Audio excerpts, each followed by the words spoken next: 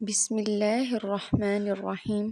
السلام علیکم ورحمۃ اللہ وبرکاتہ۔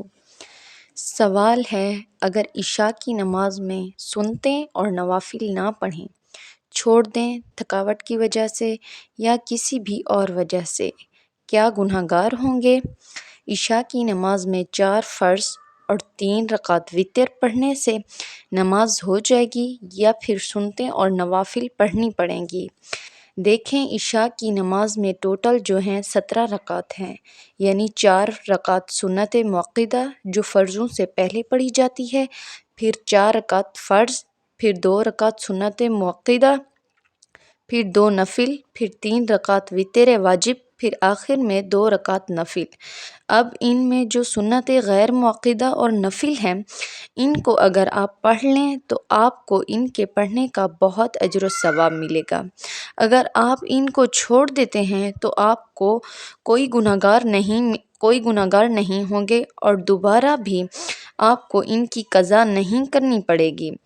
اب جو عشاء میں ضروری رکعت ہے، جن کا پڑھنا لازم ہے، جن کو چھوڑ نہیں سکتے، اگر ان میں سے ایک بھی چھوٹ گئی تو ہماری نماز جو ہے وہ نہیں ہوگی۔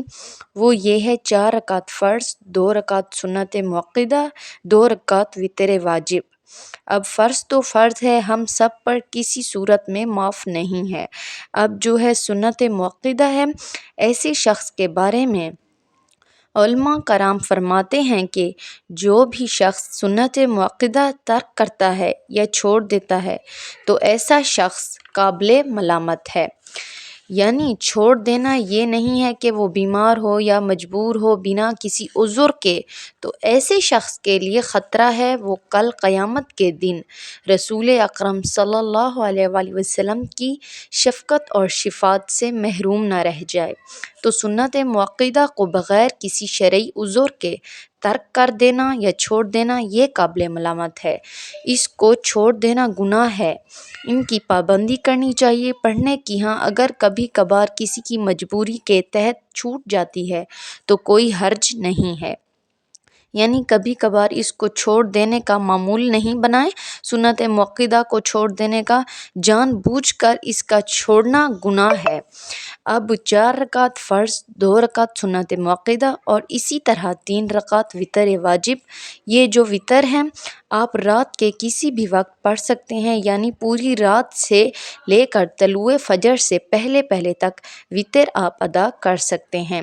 یعنی آپ اگر تھکے ہوئے ہیں، عشاء کی نماز آپ پڑھ رہے ہیں تو آپ 4 فرض، 2 سنت موقدہ ادا کر سکتے ہیں۔ پھر رات کے کسی پہر آپ تہجد کی نماز پڑھتے ہیں تو تہجد ادا کرنے سے پہلے آپ 3 رکعت وتر واجب ادا کر سکتے ہیں۔